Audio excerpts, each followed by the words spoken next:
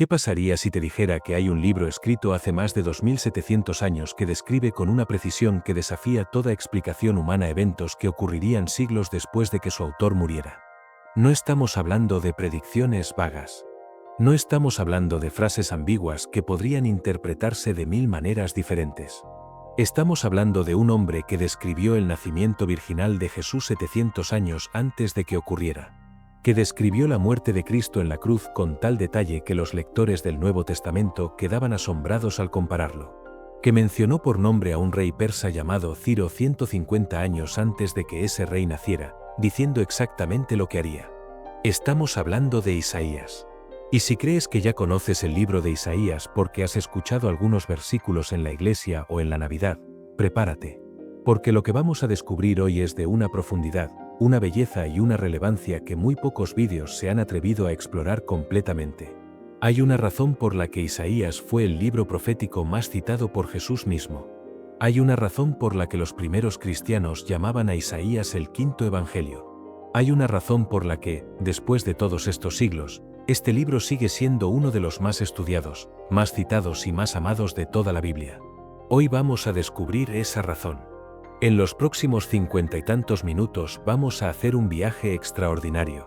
Vamos a comenzar en el año 740 a.C., en el Templo de Jerusalén, en el momento exacto en que un hombre llamado Isaías tuvo una visión que lo cambió para siempre y que cambiaría la historia de la humanidad. Vamos a explorar quién era Isaías antes de esa visión, el mundo en el que vivía, los peligros que enfrentaba y la decisión que tomó cuando Dios le preguntó algo que también te pregunta a ti. Vamos a recorrer las profecías más asombrosas del libro, incluyendo algunas que fueron escritas con tanta precisión que escépticos durante siglos intentaron probar que eran falsas, sin lograrlo. Vamos a detenernos en el capítulo 53, uno de los textos más impresionantes de toda la literatura antigua, donde Isaías describe la muerte del Mesías con una claridad que todavía deja sin palabras a quienes lo leen por primera vez. Y vamos a conectar todo esto con tu vida hoy. Porque el mensaje de Isaías no es solo historia antigua. Es una palabra viva que tiene algo específico que decirte en el momento exacto en que estás viviendo ahora mismo. Esto va a ser largo. Va a ser profundo. Y si te quedas hasta el final, creo que al cerrar este vídeo tu manera de leer la Biblia nunca volverá a ser la misma. Comencemos. Para entender a Isaías, primero tienes que entender el mundo en el que vivió. Era el año 740 a.C. Israel estaba dividida en dos reinos. Al norte estaba el reino de Israel, con su capital en Samaria. Al sur estaba el reino de Judá, con su capital en Jerusalén.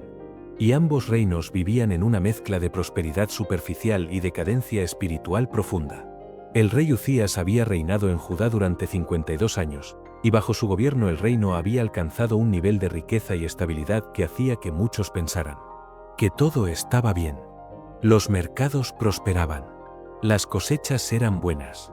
Los edificios eran hermosos. Pero debajo de esa superficie brillante había algo podrido. La injusticia era rampante. Los ricos oprimían a los pobres sin ninguna vergüenza. Los jueces aceptaban sobornos. Las viudas y los huérfanos eran ignorados. Y lo más grave de todo era que el pueblo seguía yendo al templo, haciendo sus sacrificios, cantando sus canciones religiosas, como si todo eso fuera suficiente para mantener contento a Dios mientras afuera del templo sus vidas no tenían nada que ver con lo que profesaban adentro. Sonido familiar, ¿verdad? Y en ese contexto, había un hombre joven en Jerusalén. Su nombre era Isaías, que en hebreo significa, el Señor es salvación. Era un hombre de familia noble, posiblemente conectado con la familia real. Tenía acceso al templo, acceso a los palacios, acceso a los círculos de poder. Era educado, inteligente, con una capacidad para el lenguaje que era excepcional incluso entre los escribas y sabios de su época. El hebreo de Isaías es considerado por los estudiosos de lenguas antiguas como algunas de las prosas y poesías más hermosas jamás escritas en ese idioma. Tenía una esposa, a quien él mismo llama la profetisa en su libro, y tenía hijos a los que les dio nombres que eran en sí mismos mensajes proféticos, algo que exploraremos más adelante. Era un hombre con mucho, con talento, con posición, con familia, con conexiones. Y entonces llegó el año en que murió el rey Uzías. Ese detalle importa. Porque cuando un rey que ha reinado 52 años muere, hay una sensación de incertidumbre que se instala en todo el reino. ¿Qué vendrá ahora? ¿Será el próximo rey tan estable? ¿Seguirá la prosperidad? La gente miraba al trono para saber qué esperar. Isaías, en ese año, fue al templo. Y lo que vio ahí cambió todo. Isaías 6 comienza con una frase que parece simple, pero que es una de las más poderosas de toda la Escritura. En el año que murió el rey Uzías, vi yo al Señor sentado sobre un trono alto y sublime, y sus faldas llenaban el templo. Mientras el pueblo miraba al trono vacío del rey muerto preguntándose qué vendría, Isaías levantó los ojos y vio otro trono. Un trono que no estaba vacío. Un trono ocupado por alguien cuya presencia llenaba no solo el cuarto, sino el universo entero. Y alrededor de ese trono había seres que Isaías describe como serafines. Seres de luz y fuego, cada uno con 6 alas. Con 2 cubrían sus rostros, porque ni ellos podían mirar directamente la gloria de Dios. Con 2 cubrían sus pies, en señal de humildad. Y con 2 volaban. Y se llamaban el uno al otro, y decían: Santo, Santo, Santo, el Señor de los ejércitos. Toda la tierra está llena de su gloria. Y el sonido de esas voces era tan poderoso que los quicios de las puertas del templo temblaron. Detente ahí un momento. Deja que esa imagen aterrice. No estamos hablando de un sueño tranquilo. No estamos hablando de una experiencia mística suave y agradable. Estamos hablando de algo que sacudió los cimientos del edificio. Algo tan inmenso, tan absolutamente diferente a todo lo que Isaías había experimentado antes, que su primera reacción no fue gozo ni emoción. Fue terror. ¡Ay de mí, que soy muerto! Porque siendo hombre de labios impuros, y habitando en medio de pueblo que tiene labios impuros, han visto mis ojos al Rey, al Señor de los ejércitos. Esa es la reacción de alguien que de repente comprende la diferencia entre lo sagrado y lo humano. Entre la perfección absoluta de Dios y la imperfección absoluta del hombre. Y Isaías, el hombre de palabras, el hombre cuyo lenguaje era extraordinario, el hombre que podría hablar con reyes y escribir con una belleza excepcional, dijo que tenía labios impuros. Porque en la presencia de la santidad perfecta, toda virtud humana queda en evidencia como insuficiente. Pero entonces ocurrió algo que es el corazón de toda esta historia. Uno de los serafines voló hacia Isaías. Llevaba en su mano un carbón encendido, tomado del altar con unas tenazas. Y tocó la boca de Isaías con ese carbón. Y dijo: He aquí que esto tocó tus labios, y es quitada tu culpa y limpiado tu pecado. No te voy a pedir que pases por alto eso. Quiero que lo sientas. El problema de Isaías era sus labios. Su impureza. Su insuficiencia ante la santidad de Dios. Y Dios no lo envió de regreso a casa a trabajar en mejorar su carácter. Dios tomó la iniciativa. Dios envió la purificación. Dios resolvió el problema que Isaías nunca podría haber resuelto por sí mismo. Y luego, desde el trono, vino la voz: ¿A quién enviaré, y quién irá por nosotros? Y Isaías, el hombre que momentos antes había dicho estoy muerto, respondió con las palabras que han resonado a través de los siglos: Heme aquí, envíame a mí. Hay algo que la mayoría de las personas no saben sobre la misión que Isaías recibió ese día. No era una misión fácil. No era una misión de éxito garantizado. Dios le dijo a Isaías algo que honestamente es uno de los pasajes más difíciles de toda la Biblia. Le dijo que iría a predicar a un pueblo que no lo escucharía, que vería sin percibir, que oiría sin entender, que su corazón se engrasaría, sus oídos se harían pesados, y sus ojos se cerrarían. En otras palabras, Isaías fue llamado a predicar durante décadas sabiendo que la mayoría del pueblo no respondería. Isaías preguntó: ¿Hasta cuándo, Señor? Y la respuesta fue: hasta que las ciudades estén destruidas y sin habitante, y las casas sin hombre, y la tierra quede desierta. Eso es devastador. Isaías fue llamado a una misión cuya medida de éxito no era el número de conversiones ni la popularidad de su mensaje. Era la fidelidad en la proclamación, independientemente del resultado. ¿Puedes imaginar recibir esa misión? ¿Puedes imaginar levantarte cada día para hacer algo que sabes que la mayoría de las personas a tu alrededor van a ignorar, rechazar o ridiculizar? Y sin embargo, Isaías dijo heme aquí antes de escuchar los detalles. Esa es una de las lecciones más importantes de toda su historia. Isaías no negoció con Dios. No dijo, primero cuéntame exactamente qué implica esto y luego decido. Respondió a la pregunta de Dios con una disponibilidad total, y luego escuchó el costo. Y no se echó para atrás. Isaías profetizó durante aproximadamente 40 años. Bajo 4 reyes diferentes, Uzías, Jotam, Acaz y Ezequías. Vivió momentos de victoria y momentos de derrota. Momentos en que el rey lo escuchaba y momentos en que lo ignoraban completamente. Y durante todo ese tiempo, siguió hablando. Ahora necesito contarte algo que cambiará la manera en que piensas sobre el libro de Isaías. Isaías escribió profecías que fueron consideradas tan extraordinariamente precisas que durante siglos los críticos de la Biblia insistieron en que el libro debía haber sido escrito después de los eventos que describía. Que era imposible que alguien pudiera saber esas cosas con antelación. Pero los manuscritos del Mar Muerto, descubiertos en 1947 en las cuevas de Qumrán cerca del Mar Muerto, cambiaron esa conversación para siempre. Entre esos manuscritos se encontró un rollo completo del libro de Isaías. Completo. Los 66 capítulos. Y los expertos en paleografía, que es la ciencia de datar documentos por la escritura, determinaron que ese manuscrito había sido copiado aproximadamente en el año 125 a.C. 125 años antes de que Jesús naciera. Y ese manuscrito contenía profecías sobre Jesús que son tan precisas que leen como si hubieran sido escritas después de los hechos. ¿Por qué importa esto? Porque elimina el argumento de que esas profecías fueron escritas después de los eventos. El manuscrito existía antes de que Jesús naciera. Punto. Y las profecías que contiene son extraordinarias. Vamos a explorar algunas de las más impresionantes. Era el año 735 a.C. El rey de Judá en ese momento era Acaz, un hombre que había tomado decisiones terribles, que había introducido prácticas paganas en Jerusalén y que vivía con miedo constante a las amenazas militares de los reinos vecinos.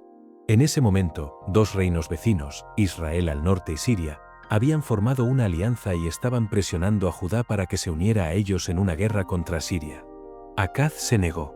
Y como represalia, esos 2 reinos amenazaban con invadir Judá. Acaz estaba aterrorizado. Tan aterrorizado que el texto bíblico dice que su corazón y el corazón de su pueblo se estremecieron como los árboles del bosque se estremecen por el viento.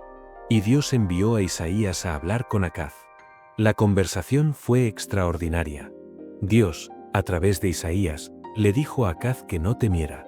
Que esos 2 reinos que lo amenazaban serían destruidos antes de que pasaran 65 años. Que la amenaza que parecía tan inminente no tendría el resultado que todos temían.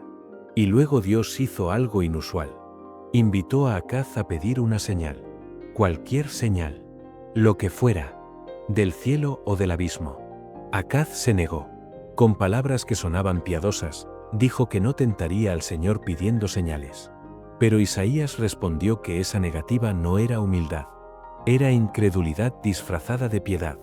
Y entonces Dios mismo dijo que daría una señal. No porque Acaz la pidiera, sino porque Dios tenía algo que decir que era demasiado importante para dejarlo sin decir. Y la señal fue esta: he aquí que la Virgen concebirá, y dará a luz un hijo, y llamará su nombre Emanuel. Emanuel, que significa Dios con nosotros. En el contexto inmediato de Isaías 7, esta señal tenía una aplicación histórica cercana, una señal para la situación política de ese momento. Pero los lectores del Nuevo Testamento, y el mismo Evangelio de Mateo en su primer capítulo, reconocieron algo más en esas palabras. Algo que apuntaba más allá del contexto inmediato hacia un cumplimiento mucho más grande.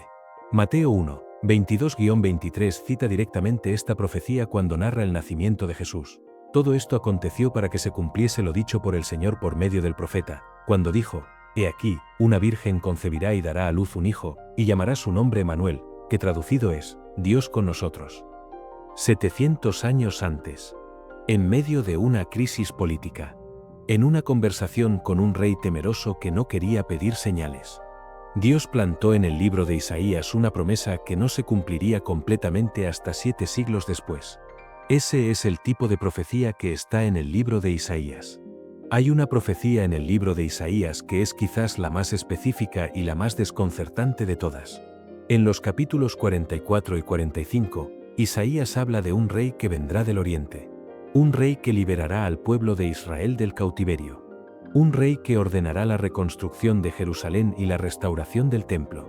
Y ese rey es llamado por su nombre: Ciro. Isaías 44, 28 dice: El que dice de Ciro, es mi pastor, y cumplirá todo lo que yo quiero, al decir a Jerusalén, serás edificada, y al templo, serás fundado. Isaías 45, 1 dice: Así dice el Señor a su ungido, a Ciro, al que yo tomé por su mano derecha, para sujetar naciones delante de él. Ciro, por nombre, en el libro de Isaías. ¿Y cuándo vivió Ciro? Ciro el Grande, rey de Persia, vivió aproximadamente entre el año 600 y el 530 a.C. Cuando Isaías escribió estas palabras, en el siglo VIII a.C., Ciro no había nacido todavía. No existía. Su reino no existía. El imperio persa que él fundaría no existía. Y sin embargo, Isaías lo llamó por su nombre y describió exactamente lo que haría: liberar a los judíos del cautiverio babilónico y ordenar la reconstrucción del templo. El historiador judío Flavio Josefo, escribiendo en el siglo I después de Cristo, cuenta que cuando Ciro conquistó Babilonia y le mostraron el libro de Isaías donde aparecía su nombre con 200 años de anticipación, Ciro quedó tan asombrado que se convenció de que era la voluntad del Dios de Israel que él cumpliera esa profecía. Y lo hizo. El decreto de Ciro permitiendo que los judíos regresaran a Jerusalén está registrado en el libro de Esdras. Una profecía. Un nombre. 150 años de anticipación. Cumplida exactamente como estaba escrita. Si eso no te hace detenerte y pensar en la naturaleza extraordinaria de este libro, necesito preguntarte, ¿qué más necesitas? Ahora llegamos al capítulo que cambió la manera en que millones de personas leen el Antiguo Testamento. Isaías 53 es, sin exageración, uno de los textos más extraordinarios jamás escritos. Y para entender por qué, necesito darte un poco de contexto. En los capítulos anteriores al 53, Isaías introduce una figura misteriosa que él llama el siervo del Señor. Aparece primero en el capítulo 42, luego en el 49, luego en el 50. Cada aparición revela más sobre quién es este siervo, cuál es su misión y qué le pasará. Y luego llega el capítulo 53. Y todo lo que había sido insinuado se convierte en una descripción directa, detallada, devastadora. Escucha esto. Fue despreciado y desechado entre los hombres, varón de dolores, experimentado en quebranto. Y como que escondimos de él el rostro, fue menospreciado, y no lo estimamos.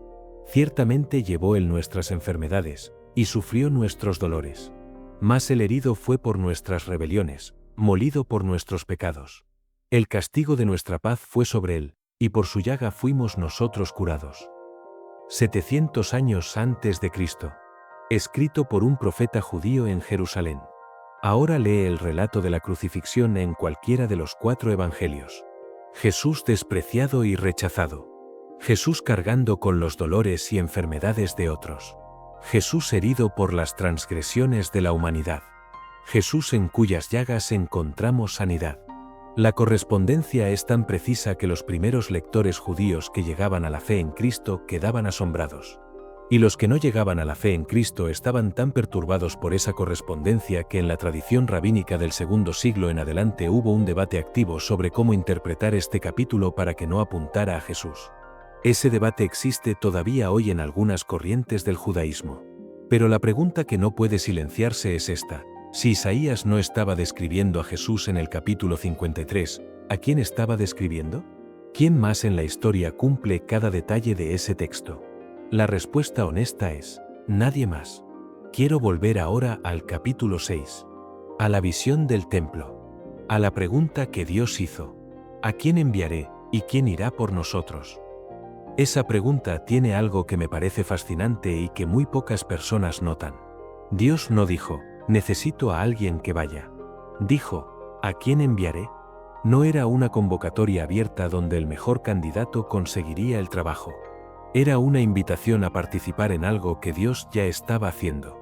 Y el uso del plural, ¿quién irá por nosotros?, es una ventana a algo que la teología cristiana posterior interpretaría como una expresión de la Trinidad. Dios habla en plural, como hizo en Génesis cuando dijo: hagamos al hombre a nuestra imagen. Pero lo que más me impresiona es la respuesta de Isaías. Heme aquí. envíame a mí. No, cuéntame más sobre la misión. No, dame tiempo para pensarlo. No, ¿habrá otros que vayan conmigo? No, ¿qué pasa si no funciona? Heme aquí. Envíame a mí. Esa respuesta fue posible porque algo había ocurrido momentos antes. El carbón del altar había tocado los labios de Isaías. Su culpa había sido quitada. Su pecado había sido limpiado. La disponibilidad de Isaías nació de la experiencia de la gracia. Fue porque había recibido algo que no merecía que pudo dar algo sin calcular el costo.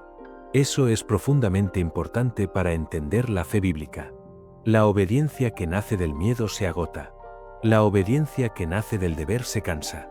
Pero la obediencia que nace de haber sido perdonado, de haber sido tocado por la gracia, de haber visto la santidad de Dios y haber experimentado su misericordia en el mismo momento, esa obediencia tiene una energía diferente.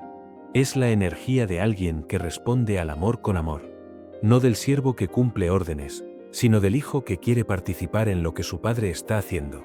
Dios sigue haciendo esa misma pregunta hoy. No con voz audible que sacude los cimientos de los templos, pero a través de las necesidades del mundo, a través de las oportunidades de servicio, a través de las personas que cruzan tu camino con una necesidad que tú podrías ayudar a satisfacer. Y la pregunta sigue siendo la misma: ¿quién irá? ¿Cuál es tu respuesta? Hay un cambio dramático en el libro de Isaías que los estudiosos han notado durante siglos. Los primeros 39 capítulos son predominantemente de advertencia y juicio. Isaías confronta al pueblo, a sus líderes, a las naciones vecinas. Denuncia la injusticia. Anuncia consecuencias. El tono es serio, a veces duro, siempre urgente. Y entonces llega el capítulo 40. Y desde la primera palabra, todo cambia. Consolaos, consolaos, pueblo mío, dice vuestro Dios. 2 veces. Consolaos. Como si Dios supiera que el pueblo ha escuchado suficiente advertencia y necesita escuchar ahora que el amor no ha terminado. Que la historia no termina en el juicio. Y entonces vienen algunas de las palabras más hermosas de toda la Biblia. ¿No has sabido, no has oído que el Dios eterno es el Señor, el cual creó los confines de la tierra? No se cansa, ni se fatiga con cansancio, y su entendimiento no hay quien lo alcance. Él da esfuerzo al cansado, y multiplica las fuerzas al que no tiene ningunas. Los jóvenes se fatigan y se cansan, los mozos flaquean y caen. Pero los que esperan a Jehová tendrán nuevas fuerzas. Levantarán las alas como las águilas. Correrán, y no se cansarán. Caminarán, y no se fatigarán.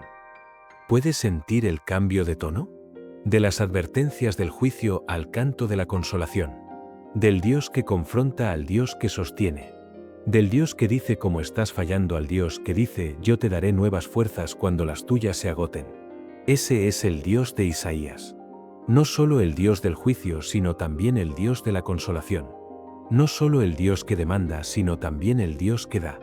No solo el Dios que confronta la injusticia sino también el Dios que abraza al quebrantado. Y esa combinación, esa tensión entre la santidad que no puede ignorar el pecado y el amor que no abandona al pecador, es quizás la mayor revelación del libro de Isaías. Quiero dedicar un tiempo especial a algo que se conoce en la teología bíblica como los cantos del siervo de Isaías. Son 4 pasajes en los capítulos 42, 49, 50 y 52 a 53 donde aparece esta figura misteriosa que Isaías llama el siervo del Señor. Y juntos forman un retrato progresivo de alguien cuya identidad fue debatida durante siglos pero que los cristianos del primer siglo reconocieron inmediatamente. El primer canto, en el capítulo 42, describe al siervo como alguien ungido por el Espíritu, que traerá justicia a las naciones, que no gritará ni levantará la voz en las calles, que no apagará el pábilo que humea ni quebrará la caña cascada. Alguien de una gentileza y una fortaleza que no destruye lo débil sino que lo sostiene. ¿Reconoces a alguien en esa descripción? El Evangelio de Mateo cita directamente Isaías 42 en el capítulo 12, aplicándolo específicamente a Jesús. El segundo canto, en el capítulo 49, habla de un siervo llamado desde el vientre de su madre, cuyo nombre fue puesto antes de nacer, cuya misión se expande más allá de Israel para llegar a los extremos de la tierra. El tercero, en el capítulo 50, habla de un siervo que dio su cuerpo a los que lo herían y su mejilla a los que le arrancaban los pelos, que no escondió su rostro de las afrentas y los esputos. Y el cuarto, el que llegó a su clímax en el capítulo 53, que ya mencionamos, describe la muerte sustitutoria del siervo con un detalle que deja sin aliento. Juntos, estos 4 cantos forman un retrato del Mesías que es tan coherente, tan progresivo, tan específico, que la pregunta no es si alguien lo cumplió. La pregunta es quién más podría haberlo cumplido. Y cuando el tesorero etíope en Hechos capítulo 8 estaba leyendo Isaías 53 en su carro y Felipe se acercó a preguntarle si entendía lo que leía, el tesorero preguntó a su vez, ¿de quién habla el profeta esto? ¿De sí mismo o de algún otro? Y Felipe, comenzando desde ese pasaje, le anunció el Evangelio de Jesús. Eso es Isaías. Un camino que lleva directamente a Cristo, trazado 700 años antes de que Él llegara. Hay una dimensión del libro de Isaías que a veces se pasa por alto en favor de las profecías mesiánicas, pero que es igualmente importante y que es quizás la más relevante para el mundo en que vivimos hoy. Isaías fue un profeta que habló con una claridad impresionante sobre la injusticia social. En el capítulo 1, Dios dice a través de Isaías algo que debería ser leído en voz alta en todas las iglesias del mundo hoy. ¿Para qué me sirve, dice el Señor, la multitud de vuestros sacrificios? Estoy harto de holocaustos de carneros y de sebo de animales gordos. Cuando venís a presentaros delante de mí, ¿quién pidió esto de vuestra mano, que pisoteéis mis atrios? No me traigáis más ofrenda vana. El incienso me es abominación. Aprended a hacer el bien. Buscad el juicio, restituid al agraviado, haced justicia al huérfano, amparad a la viuda. Dios no estaba diciendo que la adoración no importa. Estaba diciendo que la adoración sin justicia es vacía. Que la religión que llena los templos los domingos pero ignora a los pobres el resto de la semana no es la religión que Dios quiere. Ese mensaje era radical en el siglo VIII antes de Cristo. Y sigue siendo radical hoy. En el capítulo 58, Isaías describe el ayuno que Dios verdaderamente quiere. No el ayuno de privarse de comida mientras se explota a los trabajadores, sino el ayuno de soltar las cadenas de la injusticia, de dar tu pan al hambriento, de recibir en tu casa al pobre sin techo. ¿No es más bien el ayuno que yo escogí desatar las ligaduras de impiedad, soltar las cargas de opresión, y dejar ir libres a los quebrantados, y que rompáis todo yugo? Isaías no separaba la espiritualidad de la ética social. Para él, eran la misma cosa. Un pueblo que decía amar a Dios pero que ignoraba la injusticia a su alrededor no estaba amando a Dios en realidad. Estaba haciendo una caricatura de la fe. Eso es tan verdad hoy como lo era hace 2700 años. Hay algo sobre la estructura del libro de Isaías que muchos creyentes no conocen y que abre una perspectiva completamente nueva sobre la Biblia entera. El libro de Isaías tiene 66 capítulos. La Biblia tiene 66 libros. Los primeros 39 capítulos de Isaías corresponden en tono y contenido a los 39 libros del Antiguo Testamento. Advertencia, ley, juicio, historia, profecía de un Redentor que vendrá. Los últimos 27 capítulos de Isaías corresponden en tono y contenido a los 27 libros del Nuevo Testamento. Consolación, gracia, el siervo que sufrió, la nueva creación, el Evangelio que llega a todas las naciones. Y así como el Nuevo Testamento comienza con la voz de Juan el Bautista preparando el camino para Jesús, los últimos 27 capítulos de Isaías comienzan con el capítulo 40, que dice, voz que clama en el desierto, preparad camino al Señor. Esa voz es citada en los 4 evangelios como la voz de Juan el Bautista. La correspondencia es tan precisa que muchos teólogos y estudiosos bíblicos la describen como una miniatura de toda la Biblia. Como si Dios hubiera puesto en el libro de Isaías un mapa de toda su historia redentora, desde la creación hasta la nueva creación, desde el primer pecado hasta la restauración final. ¿Es eso coincidencia? Puedes decidir tú mismo. Pero cuando se suman todas las evidencias, todas las profecías cumplidas, todas las correspondencias estructurales, todas las descripciones precisas de personas y eventos que ocurrirían siglos después, la idea de que todo eso es coincidencia requiere, en mi opinión, mucha más fe que creer que hay una mente detrás de todo eso. Isaías profetizó durante aproximadamente 40 años. Fue contemporáneo de otros profetas como Amós, Oseas y Miqueas. Vivió momentos de gran intensidad histórica, incluyendo la invasión asiria que destruyó el reino del norte de Israel en el año 722 a.C. La tradición judía dice que Isaías murió durante el reinado del rey Manasés, uno de los reyes más malvados de la historia de Judá. Y la manera en que murió, según esa tradición, es tan impactante como su vida. Manasés, que había reinstaurado todas las prácticas paganas que los reyes anteriores habían intentado eliminar, ordenó la muerte de Isaías. Y según la tradición recogida en el libro apócrifo conocido como el Martirio de Isaías, el profeta fue sierra en dos dentro de un tronco de árbol. El libro de Hebreos en el capítulo 11, en esa lista de héroes de la fe, menciona a quienes fueron aserrados, claramente refiriéndose a esta tradición sobre Isaías. El hombre que dijo heme aquí, envíame a mí, pagó el precio más alto posible por esa disponibilidad. Pero su libro sobrevivió. Sus palabras sobrevivieron. Y no solo sobrevivieron, sino que se convirtieron en uno de los textos más influyentes de la historia de la humanidad. Jesús leyó Isaías. Citó Isaías más que cualquier otro libro del Antiguo Testamento.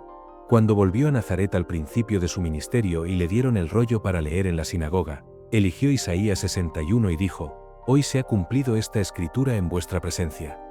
Pablo citó Isaías extensamente en sus cartas para explicar el Evangelio. Juan el Bautista se identificó como la voz de Isaías 40. El Evangelio de Juan abre con el mismo espíritu de los primeros versículos de Isaías. El libro de Isaías no es solo historia antigua. Es la columna vertebral de la teología del Nuevo Testamento. Es el fondo sobre el que se dibuja la figura de Jesús. Es el mapa que permite entender por qué Cristo vino, qué significó su muerte y a dónde apunta su resurrección. Quiero hablarte directamente ahora. Hemos recorrido mucho terreno hoy. Desde la visión del templo hasta las profecías de Ciro. Desde el nacimiento virginal hasta el capítulo 53. Desde la justicia social hasta la estructura del libro que refleja la Biblia entera. Y quiero dejarte con 3 cosas concretas que puedes llevarte de este vídeo. La primera es esta: la Biblia no es un libro ordinario. Sé que eso puede sonar obvio si eres creyente. Pero a veces las cosas obvias necesitan ser reafirmadas con evidencia. El libro de Isaías es evidencia de que hay una mente infinita detrás de las Escrituras. Una mente que puede hablar sobre Ciro 150 años antes de que nazca. Que puede describir la crucifixión de Cristo 700 años antes de que ocurra. Que puede organizar un libro de 66 capítulos para que refleje estructuralmente los 66 libros de la Biblia. Eso no es producto de la mente humana. Eso es la firma de Dios en la historia. La segunda es esta: Dios sigue haciendo la pregunta de Isaías 6. ¿A quién enviaré? ¿Quién irá por nosotros? No a los perfectos. A los que han sido tocados por el carbón de la gracia. A los que han visto su propia insuficiencia y han experimentado el perdón de Dios. A los que, desde ese lugar de haber sido transformados, pueden decir con libertad: heme aquí, envíame a mí. ¿Cuál es tu respuesta a esa pregunta hoy? No en abstracto, en concreto. ¿A dónde te está llamando Dios que vayas? ¿A qué persona? ¿A qué conversación? ¿A qué servicio? Y la tercera es esta: el Emmanuel de Isaías 7 y 14 no es solo una profecía del pasado. Es una realidad del presente. Dios con nosotros. No Dios sobre nosotros, mirando desde lejos. No Dios contra nosotros, llevando la cuenta de nuestros errores. Sino Dios con nosotros. Presente en lo cotidiano, en lo difícil, en lo ordinario y en lo extraordinario. Eso es lo que prometió Isaías. Y eso es lo que Jesús vino a cumplir. Y eso es lo que el Espíritu Santo hace posible hoy para cualquiera que lo recibe. Emmanuel. Dios con nosotros. Esa es la promesa más grande de todo el libro de Isaías. Y sigue siendo tan verdadera hoy como lo era cuando Isaías la escribió en el siglo VIII a.C. Si este vídeo te dejó con ganas de conocer más el libro de Isaías, quiero darte una invitación concreta. Esta semana, lee el capítulo 6 y el capítulo 53 de Isaías. Solo esos 2. No tienes que leer todo el libro de una vez. Pero esos 2 capítulos solos son suficientes para entender por qué este libro es tan extraordinario. Lee el capítulo 6 y pregúntate: ¿cuándo fue la última vez que tuve un encuentro genuino con la santidad de Dios? ¿Cuándo fue la última vez que la pregunta de Dios llegó a mi corazón y yo tuve que decidir si respondía o no? Lee el capítulo 53 y lee luego el relato de la crucifixión en alguno de los evangelios. Pon los 2 textos uno al lado del otro. Y deja que la evidencia hable por sí misma. Si este vídeo fue valioso para ti, Compártelo con alguien que necesite escuchar que la Biblia no es un libro de cuentos, sino un documento extraordinario respaldado por evidencia real. Hay personas a tu alrededor que tienen preguntas sobre la fe y que necesitan escuchar exactamente el tipo de cosas que hemos explorado hoy. Y si quieres seguir explorando los libros y las historias más profundas de la Biblia de esta manera, cercana, accesible y con la profundidad que merecen, suscríbete a este canal. Porque hay mucho más por descubrir. Hasta la próxima. Y recuerda, el Dios que llamó a Isaías desde el trono del universo, el Dios cuya voz sacudió los cimientos del templo, el Dios que puso su nombre en la historia antes de que los eventos ocurrieran, ese mismo Dios te conoce a ti por nombre. Y sigue preguntando, ¿quién irá?